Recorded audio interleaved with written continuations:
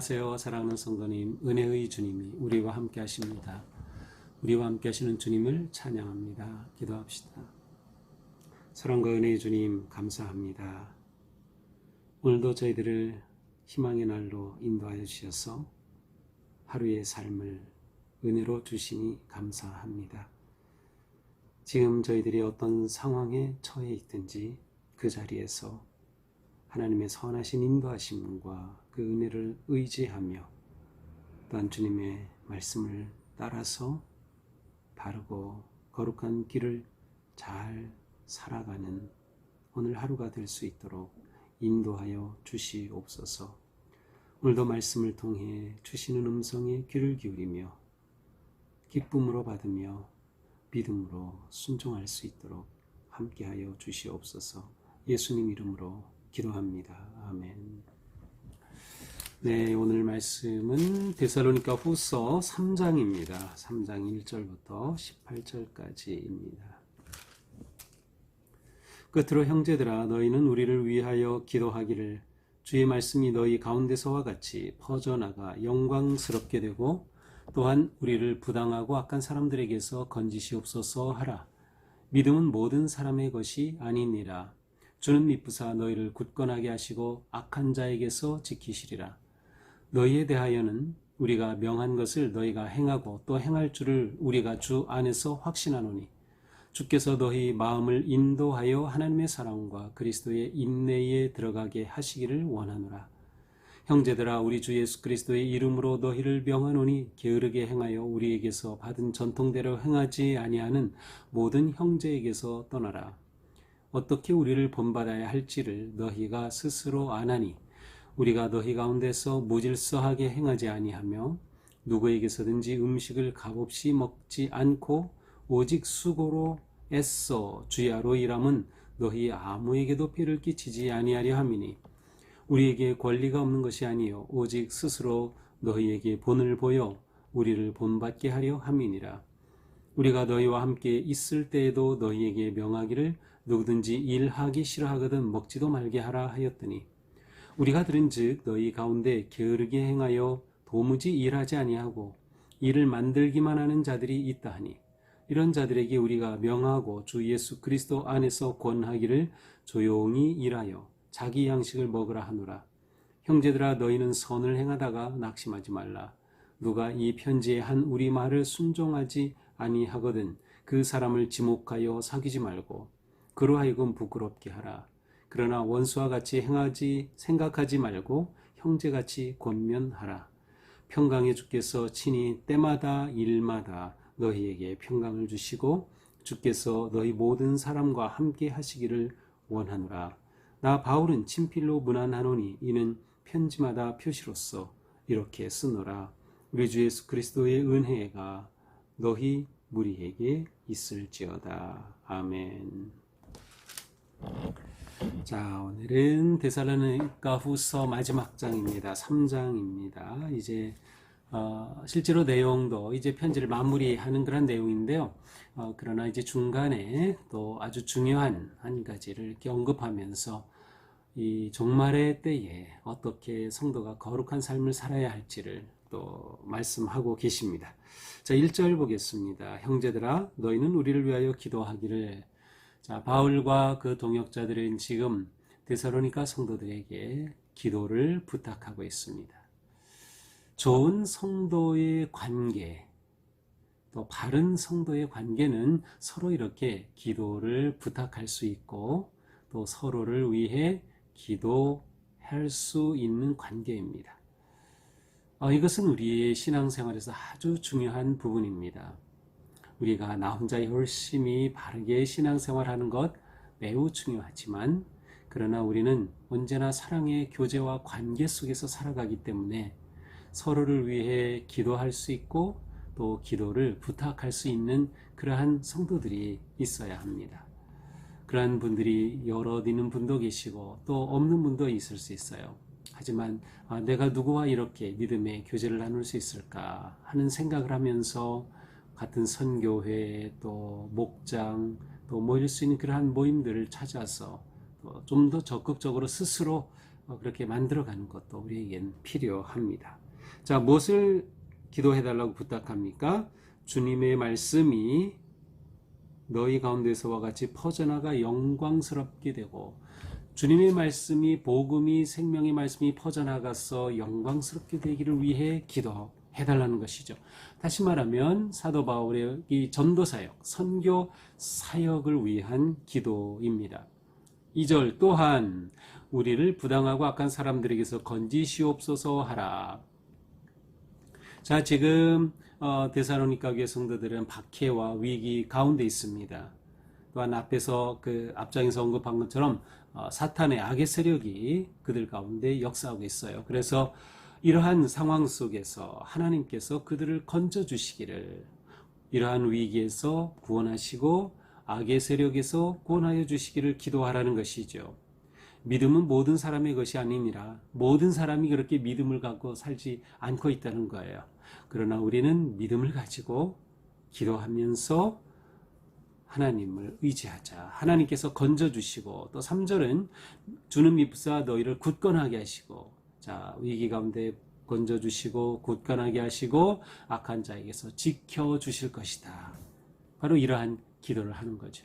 그렇습니다. 우리는 어떠한 어려운 상황을 당할 때, 그때는 정말로 더욱더 기도에 힘써야 할 때입니다. 하나님의 보호와 건지심과 지켜주심을 우리는 신뢰할 수 있기 때문이죠. 4절입니다. 너희에 대하여는 우리가 명한 것을 너희가 행하고 또 행할 줄을 우리가 주 안에서 확신하노니.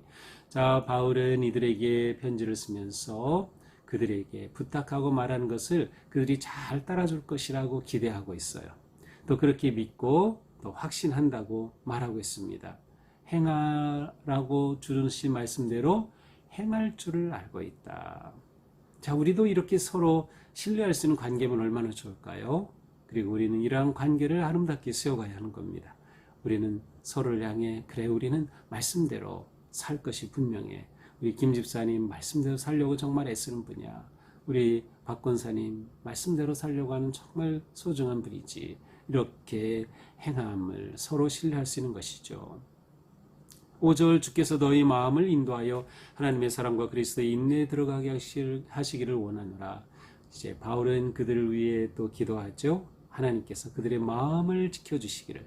마음 지켜주시는 게 정말 중요해요. 우리의 삶은 마음에 따라 달라지기 때문에 마음 먹기가 중요합니다. 어떠한 마음을 먹느냐가 더 중요하죠. 그래서 그들의 마음을 하나님이 인도해 주셔서 하나님의 사랑 안에 거하고 또 예수 그리스도의 인내에 들어가게 하시기를 위해서 기도합니다. 자, 6절은 이제 또 하나의 주제가 나오는데요. 바로 게으름에 관한 주제입니다. 6절 볼까요? 형제들아 우리 주 예수 그리스도의 이름으로 너희를 명하노니 게으르게 행하고 우리에게서 받은 전통대로 행하지 아니하는 모든 형제에게서 떠나라. 바울은 데살로니가 성도들 가운데 게으른 자가 있음을 알고 있었어요. 그래서 그들을 떠나라고 말합니다. 자, 그들은 어떤 사람들입니까? 우리에게서 받은 전통대로 행하지 아니합니다. 여기서 전통은 어제 말씀에서 보았지만 전통은 가르침입니다. 그래서 가르침대로 따르지 않는 거예요. 말씀대로 살지 않는 거죠. 불순종하는 사람들을 말합니다. 그런데 불순종하는 사람들이 게으른 겁니다. 게으르다. 이것은 또 다른 말로 무절제하다고 할 수 있어요. 아주 삶을 무절제하게 살아요. 절제가 없어요. 그리고 그 삶이 아주 무질서합니다. 그래서 이와 같은 단어들이 이제 이 뒤에 계속해서 반복적으로 나오고 있어요. 이러한 형제에게서 떠나라. 이러한 형제들과 친밀하게 교제하지 말라는 거예요. 왜냐? 영향을 받기 때문에. 게으른 사람과 함께하면 게으르게 되기 쉽겠죠. 우리 항상 보면 내가 누구와 가까이 하느냐에 따라서 내 삶이 달라집니다. 그러니까 우리는 지혜롭게 믿음의 선한 또한 믿음의 순종으로 헌신하는 그러한 성도님들과 가까이 하는 것이 우리에게 너무도 좋아요. 그리고 서로에게 또 그와 같은 존재가 되어주는 거죠. 우리에게 어떤 소그룹이 또 사역팀들이 이와 같이 되어야 마땅하겠죠. 네, 또 그렇게 열심히 잘하고 계시다고 저는 생각을 합니다. 자, 이렇게 게으른 자들에게서 떠나라, 멀리하라. 이들은 가르침, 그 말씀에 순종하지 않는 자들이기 때문입니다. 자, 그러면서 이들은 멀리하고 대신 우리를 본받으라 라고 말합니다. 게으름에 대한 바울과 그 동역자들의 모습을 본받으라는 것이죠. 어떻게 우리를 본받아야 할지를 너희가 스스로 아나니. 왜냐하면 바울은 그들과 함께 했었기 때문에 바울이 어떻게 복음을 전하고 사역을 하는지 잘 알고 있어요. 그래서 바울을 본받으라 그러면 맞아. 게으르지 않고 살아가는 삶이 바로 이러한 삶이야. 이미 그들은 알고 있어요. 그래서 우리를 본받아야 할지니 너희가 스스로 알고 있다. 왜냐하면 우리가 너희 가운데서 무질서하게 행하지 않았기 때문이다. 바울은 데살로니가 성도들과 함께 있을 때 그들 가운데 무질서하게 행하지 않았어요. 그래서 무질서는 무절제함을 말합니다. 또 이것은 게으름과 연결이 됩니다. 그러니까 앞에서 게으른 자를 멀리하라라고 하였다면 이번에는 우리는 게으르게 하지 않았다, 무절제하지 않았다라고 말씀하고 있는 거죠. 이러한 우리를 본받으라는 거예요. 어떤 구체적인 모습입니까? 8절 누구에게서든지 음식을 값없이 먹지 않고 오직 수고로 애써 주야로 일하면 너에게 아무도 폐를 끼치지 아니하리 함이니. 자, 값없이 바울이 사역하지 않았어요.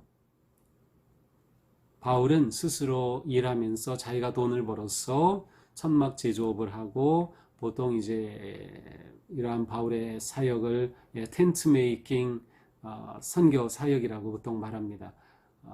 자신의 일을 하면서 천막을 만들면서 그 돈으로 살아가고 그 돈으로 선교했어요. 그러니까 바울은 참 대단한 사람이죠. 그래서 바울은 데살로니가 교회 성도들에게 재정적으로 의지하지 않았다는 것을 말해요. 그들에게서 값없이 먹은 적이 없어요. 오직 수고하고 애써 주야로 일함은 너희 아무에게도 폐를 끼치지 않으려고.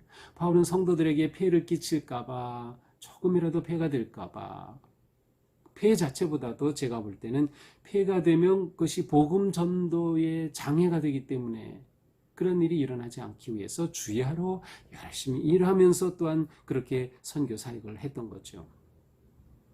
그러나 사실 바울에게 권리가 없는 것은 아니었어요. 9절 우리에게 권리가 없는 것이 아니요 오직 스스로 너에게 본을 보여 우리를 본받게 하려 함이니라.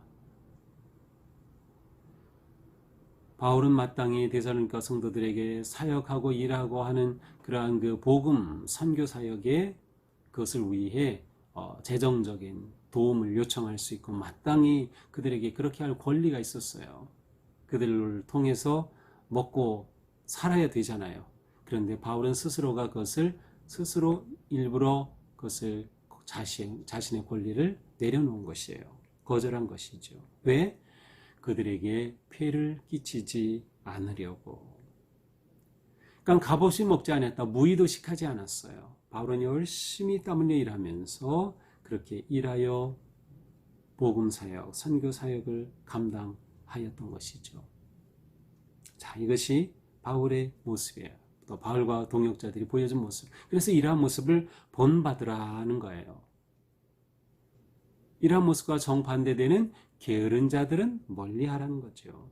자, 게으른 자들 어떤 자들입니까? 10절에 또 설명합니다. 우리가 너희와 함께 있을 때에도 너에게 명하기를 누구든지 일하기 싫어하거든 먹지도 말게 하라.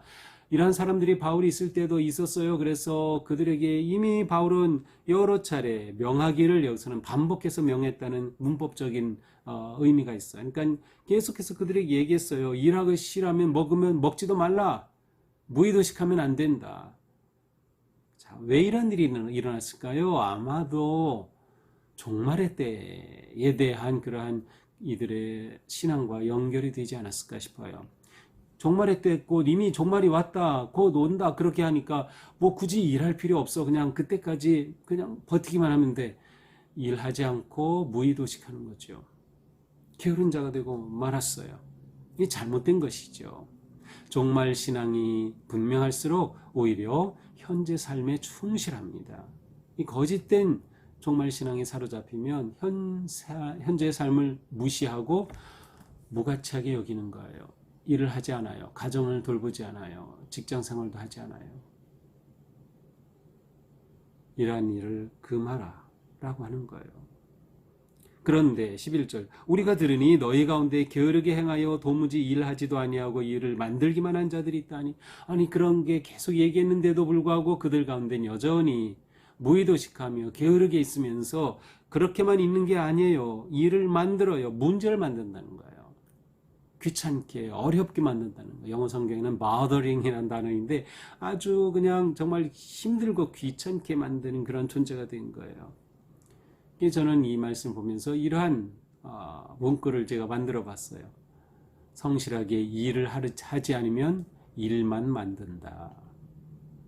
일하지 않으면 일만 만들어요. 교회에서도 마찬가지. 교회에서 말 많고 뭐 힘들게 하는 사람, 우리 교회는 뭐 그런 분들이 없어서 정말 좋은데 그러한 사람들이 있다면 보세요. 분명히 교회 사역 열심히 하는 사람이 아닙니다. 과거에는 했을지 몰라요. 그런데 그만두고 게으르면서 사역에 게으르면서 비판은 잘하죠. 바로 이러한 것들을 바울이 경계하는 것입니다. 일만 만드는 자들이 있다. 이런 자들에게 어떻게 합니까? 12절 이런 자들에게 우리가 명하고 주 예수 그리스도 안에서 권하기를 조용히 일하여 자기 양식을 먹으라 하노라. 이들에게 제발 책임 있는 삶을 살아라. 조용하게 일하라. 성실하게 일하라는 거예요. 말 만들지 말고 일 만들지 말고 말만 하지 말고 조용하게 성실하게 일해서 자기 양식을 먹어라. 자기 양식은 자기가 준비해 벌어서 먹어야 되지 않겠느냐라는 것입니다.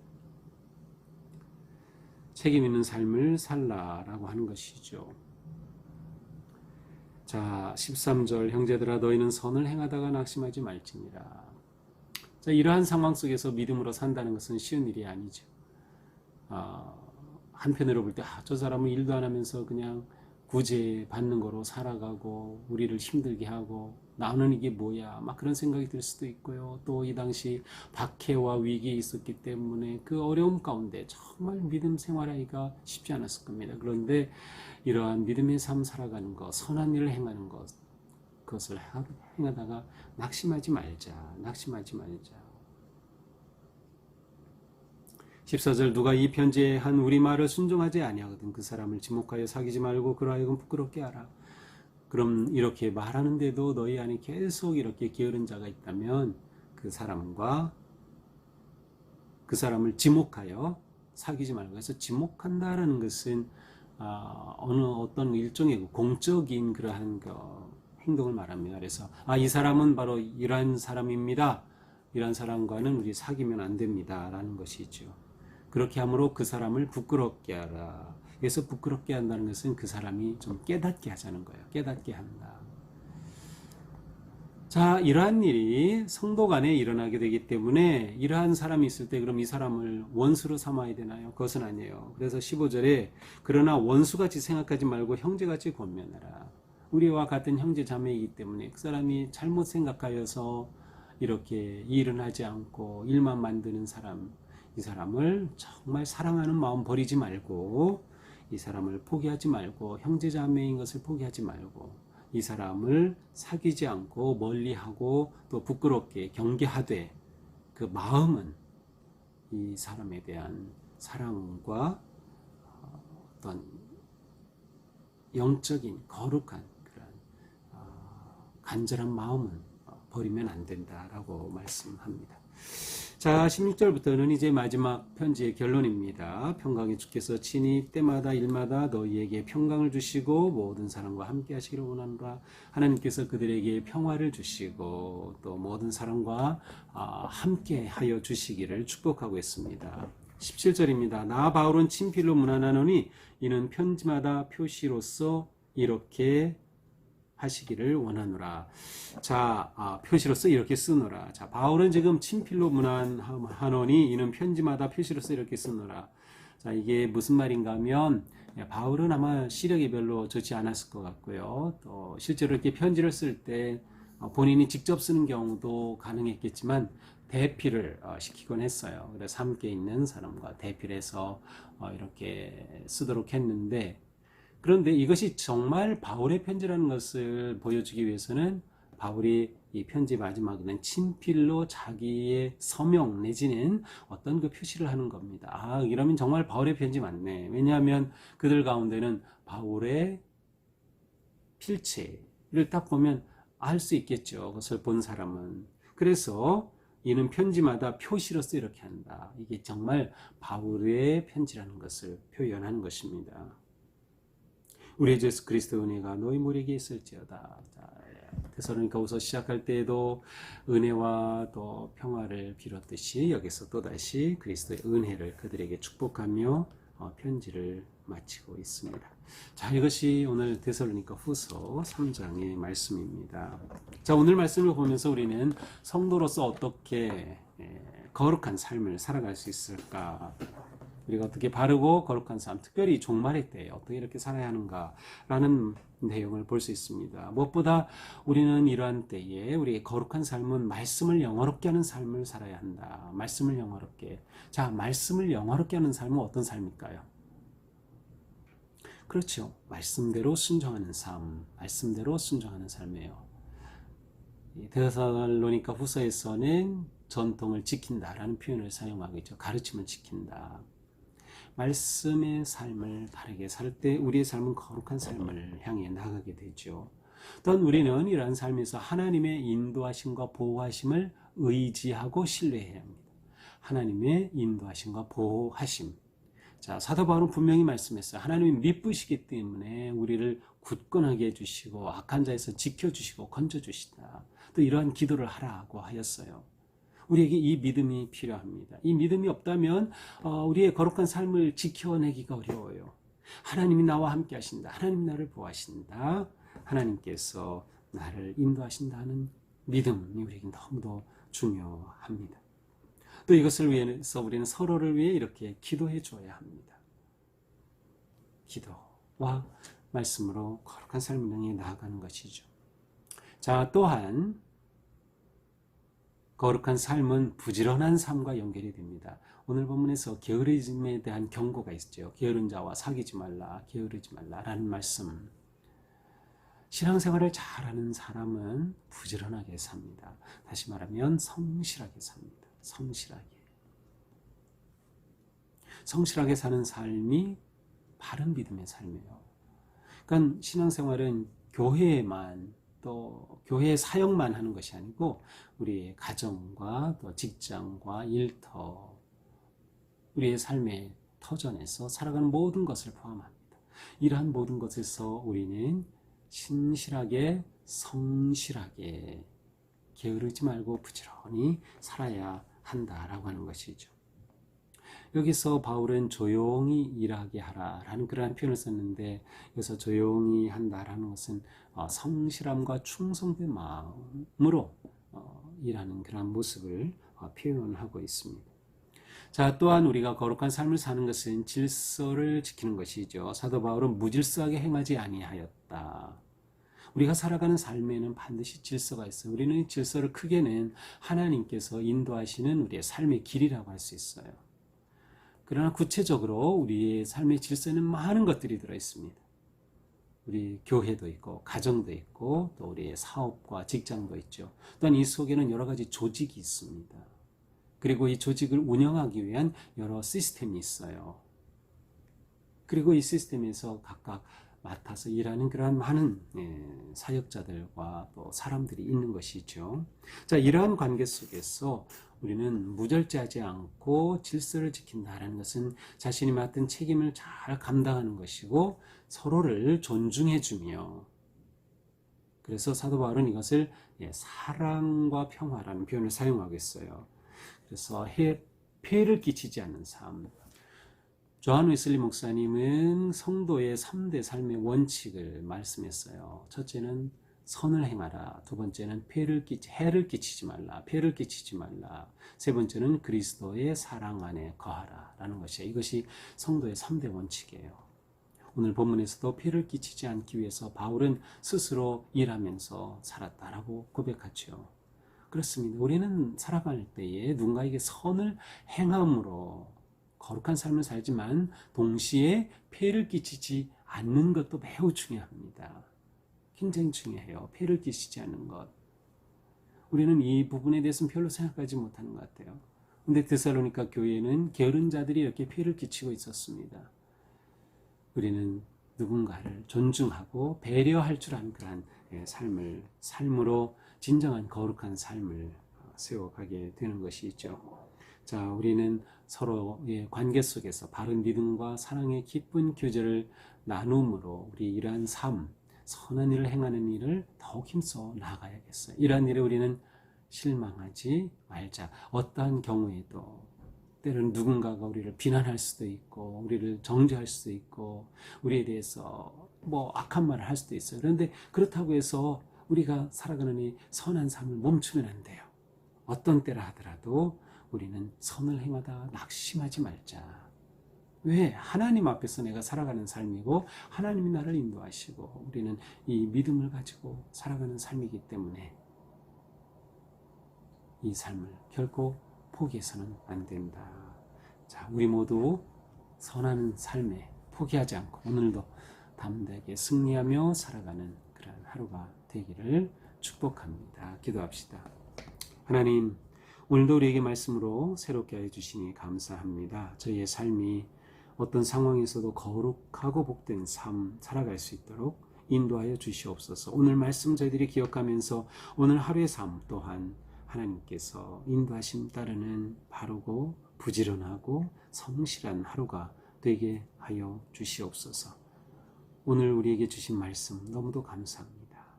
사도 바울의 마지막 축복의 말씀으로 오늘의 말씀을 마치려고 하오니 주님, 우리 모두에게 평강의 주님께서 오늘도 일마다 때마다 평강을 주시고 우리 모두에게 함께하여 주시며 은혜가 넘치는 복된 삶으로 인도하여 주옵소서.